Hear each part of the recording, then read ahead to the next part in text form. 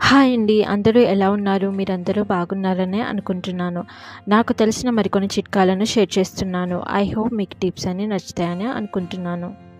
మనం వాషింగ్ మిషన్‌లో బట్టలు ఉతకడానికి వేసినప్పుడు ఇలాంటి చిన్న చిన్న కర్చీపులు కూడా వేస్తూ ఉంటాం కదండీ! ఉతకడానికి అలా వేసినప్పుడు మనం ఆరబెట్టేటప్పుడు బట్టలు తీసినప్పుడు వాటి మధ్యలో ఉండిపోయి బట్టలు తీసేటప్పుడు కింద పడిపోతూ ఉంటాయి కదండీ! మళ్ళీ మనం వాటిని వాష్ చేసుకోవాల్సి వస్తుంది. అలా కాకుండా ఈ విధంగా చేయండి. ఇలా చేయడం వల్ల అవి కింద పడిపోకుండా బట్టలు తీసినప్పుడు ఉంటాయి. ఇలా చిన్న చిన్న కర్చీపులన్నీ వేసే ముందు వీటికి అన్నిటి దగ్గర పెట్టుకొని వీటికి ఒక రబ్బర్ బ్యాండ్ వేసుకోండి. ఇలా వేసిన తర్వాత ఇప్పుడు దీన్ని వాషింగ్ మిషన్‌లో వేసుకోండి. ఇలా వేసుకోవడం వల్ల అవి అన్నీ ఉతికేటప్పుడు కూడా ఒకే దగ్గర ఉంటాయి. మనం తీసేటప్పుడు కూడా అన్నీ ఒకే దగ్గర కనిపిస్తాయి. వీటిని తీసి మనం ఈజీగా ఆరబెట్టుకోవచ్చు. బట్టల మధ్యలో విరుక్కుపోకుండా పెద్ద బట్టలు తీసినప్పుడు వాటిలోంచి కింద జారి పడిపోకుండా ఉంటాయి. చాలామందికి ఉల్లిగడ్డలు కట్ చేసేటప్పుడు కళ్ళలోంచి నీళ్ళు వస్తూ ఉంటాయి. ఉల్లిగడ్డలు కట్ చేసేంతసేపు కళ్ళలోంచి నీళ్ళు కారుతూ ఉంటాయి కదండీ! అలా కళ్ళలోంచి నీళ్ళు కారి కళ్ళలో మంటలు పుట్టినప్పుడు అది ఎక్కువ మోతాదులో ఉల్లిగడ్డలు కట్ చేయాలి అంటే మనకి చాలా ఇబ్బందిగా ఉంటుంది. ఇప్పుడు నేను చెప్పే చిట్కాతో ఉల్లిగడ్డలు కట్ చేసేటప్పుడు కళ్ళలోంచి చుక్క నీళ్ళు రాకుండా ఉంటాయి. ఈ చిట్కాని ఫాలో అవుతాయి. అదేవిధంగా ఉల్లిగడ్డల పైన పొట్టు తీయడానికి కూడా ఒక్కోసారి ఉల్లిగడ్డ పైన పొట్టు చాలా ఈజీగా రాదు. అలాంటప్పుడు మన చేతి గోళ్ళు నొప్పెడుతూ ఉంటాయి. అలాంటప్పుడు ఈ విధంగా చేయండి. ఒక గిన్నెలో నీళ్లు తీసుకొని అలా నీళ్లు తీసుకున్న తర్వాత ఇప్పుడు ఉల్లిగడ్డని 4 ముక్కలుగా కట్ చేసుకోండి. ఇలా కట్ చేసుకున్న తర్వాత ఇప్పుడు నీటిలో ఒక 10-15 నిమిషాల సేపు పక్కన పెట్టుకోండి. ఇలా పక్కన పెట్టుకున్న తర్వాత ఉల్లిగడ్డలు కట్ చేసి చూడండి.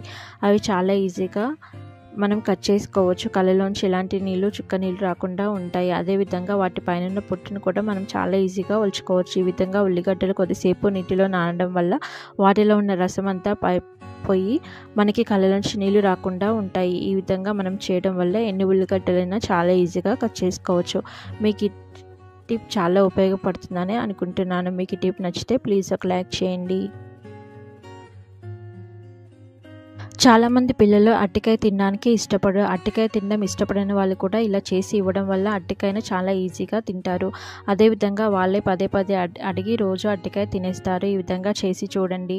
ఫస్ట్ అరటికాయ పైన సగం తోలుని ఈ విధంగా ఒలుచుకోండి. ఇలా ఒలుచుకున్న తర్వాత ఇప్పుడు నేను చూపించిన విధంగా అరటికాయను కట్ చేయండి.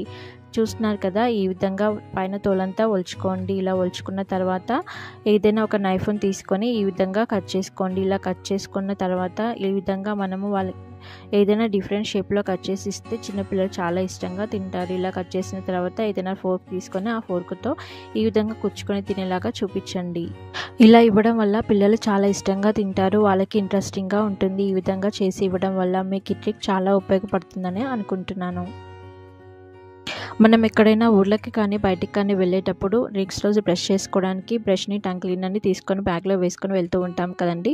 అలా బ్యాగ్లో వేసినప్పుడు మనం నెక్స్ట్ రోజు వెతికినప్పుడు ఒకసారి టంగ్ క్లీనర్ కనిపిస్తే ఒకసారి బ్రష్ కనిపించదు. ఈ విధంగా రెండూ కనిపించాలి, ఒకే దగ్గర ఉండాలి అంటే ఇలా నేను చూపించిన విధంగా చేయండి. ఇలా ఏదైనా ఒక రబ్బర్ బ్యాండ్ని తీసుకొని ఆ రబ్బర్ బ్యాండ్తో ఈ బ్రష్కి టంగ్ క్లీనర్కి ఇలా రబ్బర్ బ్యాండ్ వేసుకోండి. ఇలా రబ్బర్ బ్యాండ్ వేసి పెట్టుకోవడం వల్ల మనం బ్రష్ వెతికిన వెంటనే టంగ్ క్లీనర్ కూడా వెంబటే కనిపిస్తుంది. ఈ విధంగా చేసి పెట్టుకోవడం వల్ల ఇలా చేయడం వల్ల రెండు ఒకే దగ్గర ఉంటాయి. మళ్ళీ మనం వెతుక్కొని టైం వేసుకోవాల్సిన అవసరము ఉండదు.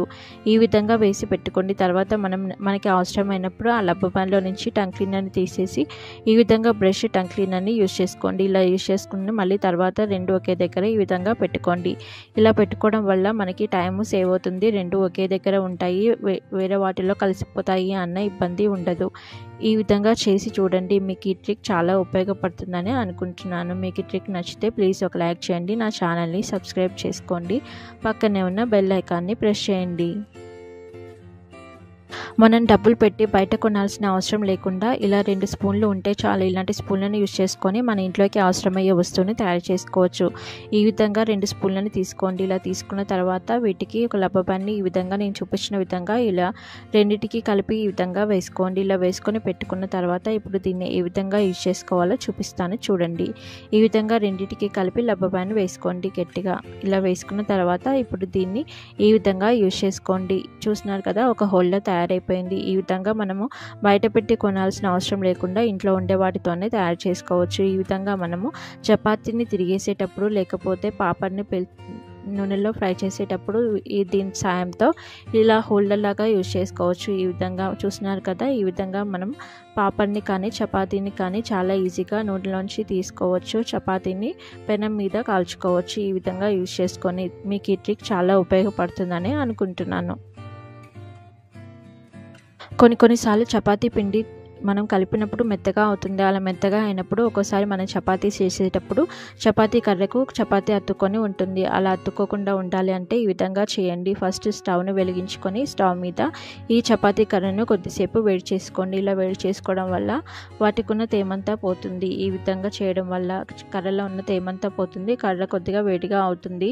చపాతీ పిండి కొద్దిగా తడిగా ఉన్నా కూడా కర్రకి అంటుకోకుండా ఉంటుంది. ఈ విధంగా కొద్దిసేపు వేడి చేయండి. ఇలా వేడి చేసిన తర్వాత చపాతీని రుద్దుకోండి. ఇలా రుద్దుకోవడం వల్ల చపాతీ కర్రకి అంటుకోకుండా ఉంటుంది. ఎండాకాలం వచ్చేసింది కదండి, మనం సన్ గ్లాసెస్ని యూజ్ చేస్తూ ఉంటాము. ఈ సన్ గ్లాసెస్ పైన మనం రెగ్యులర్గా యూజ్ చేయడం వల్ల గీతలు పడుతూ ఉంటాయి, మరకలు పడుతూ ఉంటాయి. అలాగే వీటిని చిన్నపిల్లలు వాడినప్పుడు వాటిని అటు ఇటు ఇరుపుతూ ఉంటారు. అలా అటు ఇటు చేసినప్పుడు చాలా లూజ్గా అవుతాయి. ఇవి టైట్గా అవ్వాలి అన్నా, వీటిపైన మరకలు చాలా ఈజీగా పోవాలి అన్నా, సన్ గ్లాసెస్ చాలా నీట్గా ఉండాలి అన్నా ఈ విధంగా చేయండి. ఇలా చేస్తే ఇవి చాలా నీట్గా అవుతాయి, టైట్గా కూడా అవుతాయి. ఈ సన్ గ్లాసెస్ని తీసుకెళ్ళి ఫ్రిడ్జ్లో కొద్దిసేపు డీప్ ఫ్రిడ్జ్లో పెట్టండి. ఇలా డీప్ ఫ్రిడ్జ్లో పెట్టిన తర్వాత ఒక 10-15 నిమిషాల సేపు ఇలా ఫ్రిడ్జ్లో పెట్టండి. ఇలా ఫ్రిడ్జ్లో పెట్టిన తర్వాత అవి కొద్దిగా చల్లగా అవుతాయి. ఇలా చల్లగా అయినప్పుడు వాటిపైన ఒక లేయర్ లాగా ఏర్పడుతుంది కదండి. ఇలా లేయర్ లాగా ఏర్పడిన తర్వాత ఇప్పుడు దీన్ని ఈ విధంగా క్లీన్ చేసుకోండి. ఏదైనా టిష్యూ పేపర్ని కానీ ఏదైనా క్లాత్ని కానీ తీసుకోండి. ఇలా తీసుకున్న తర్వాత దాంతో ఈ సన్ గ్లాసెస్ని క్లీన్ చేసుకోండి. ఇలా క్లీన్ చేసుకున్న తర్వాత చూపిస్తాను చూడండి ఎంత షైనింగ్గా కనిపిస్తాయో. ఈ విధంగా టిష్యూ పేపర్ని కానీ ఏదైనా టవల్ని కానీ తీసుకొని క్లీన్ చేసుకోండి. చూస్తున్నారు కదా, తర్వాత క్లీన్ చేసిన తర్వాత చూపిస్తున్నాను ఎంత నీట్గా క్లీన్ అయిపోయాయో. ఇవి టైట్ కూడా అవుతాయి ఫ్రిడ్జ్లో పెట్టడం వల్ల. ఈ విధంగా మనం సన్ గ్లాసెస్ని క్లీన్గా నీట్గా చేసుకోవచ్చు. మీకు ట్రిక్ చాలా ఉపయోగపడుతుందని అనుకుంటున్నాను. ఇప్పటి వరకు నేను చెప్పిన టిప్స్ అన్ని మీకు నచ్చాయని అనుకుంటున్నాను. మీకు ఏ టిప్ బాగా నచ్చిందో కమెంట్ రూపంలో కమెంట్ చేయండి. నా వీడియో కనుక మీకు నచ్చినట్లయితే మీ ఫ్యామిలీ అండ్ ఫ్రెండ్స్కి నా వీడియోని షేర్ చేయండి. మరికొన్ని సరికొత్త వీడియోస్ కోసం నా ఛానల్ని సబ్స్క్రైబ్ చేసుకోండి. పక్కనే ఉన్న బెల్ ఐకాన్ని ప్రెస్ చేయండి. Thanks for watching my video. Please subscribe my channel.